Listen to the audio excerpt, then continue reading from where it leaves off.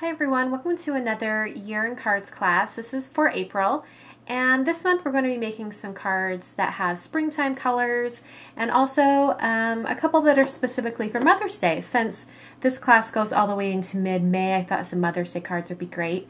So anyway, I'm using this Daydream paper from KI Memories, and I started out by punching some different squares out of the different patterns that come in the paper pack.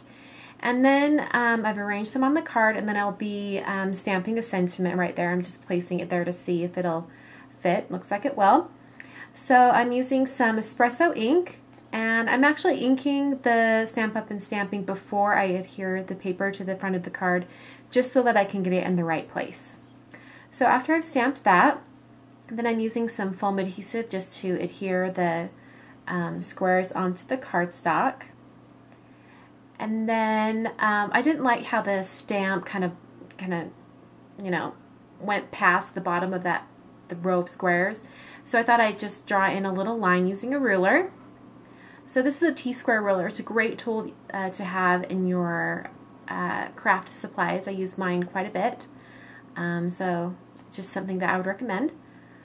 The last step for this card is to use the corner rounder punch, which I seem to be using quite a lot recently, but it just seems to finish off this card.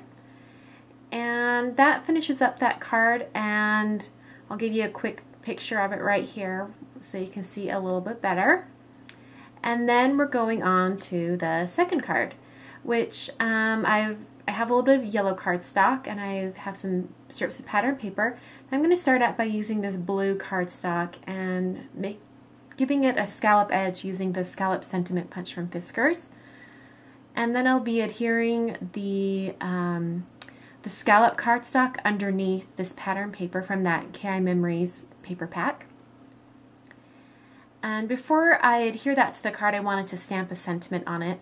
And all the stamps that are used in this set of cards are all from the Technique Tuesday Ali Edwards Loving Words stamp set.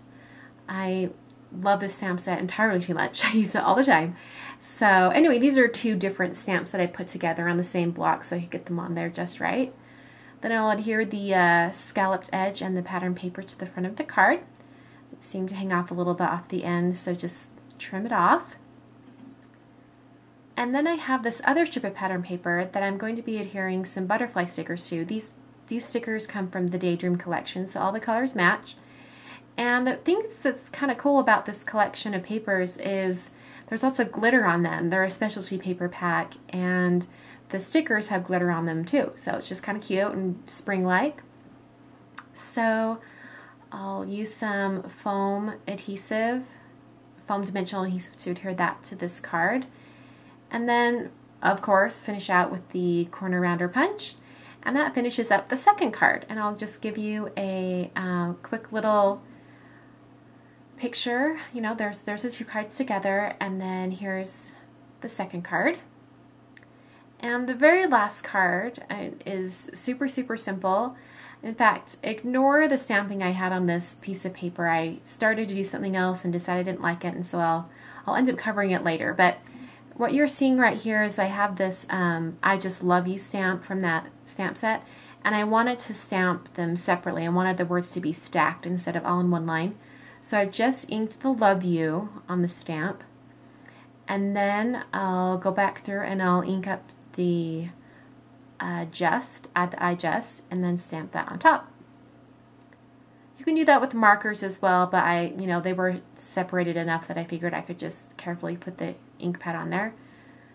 And we'll cover up that stamping that I didn't like, and then tie some ribbon around the card into a little bow and trim it off. I also cut down some other pattern paper kind of as like a mat to go onto the front of the card. So I'll adhere that down. And if you're wondering about the measurements for any of these cards, they're in the PDF that's on the class page over at twobeesindabucket.com. So be sure to check over there. And also you can submit some cards for the challenge this month and possibly win a prize. So be sure to go over there and check out the class page. And that finishes off this card, and we'll give you a quick glance at what it looks like close up. and then a group shot of all 3 cards. So anyway, I hope you enjoyed this month's class, and be sure to visit us over at twopeasandabbucket.com for our monthly discussions on the education board. Thanks for watching.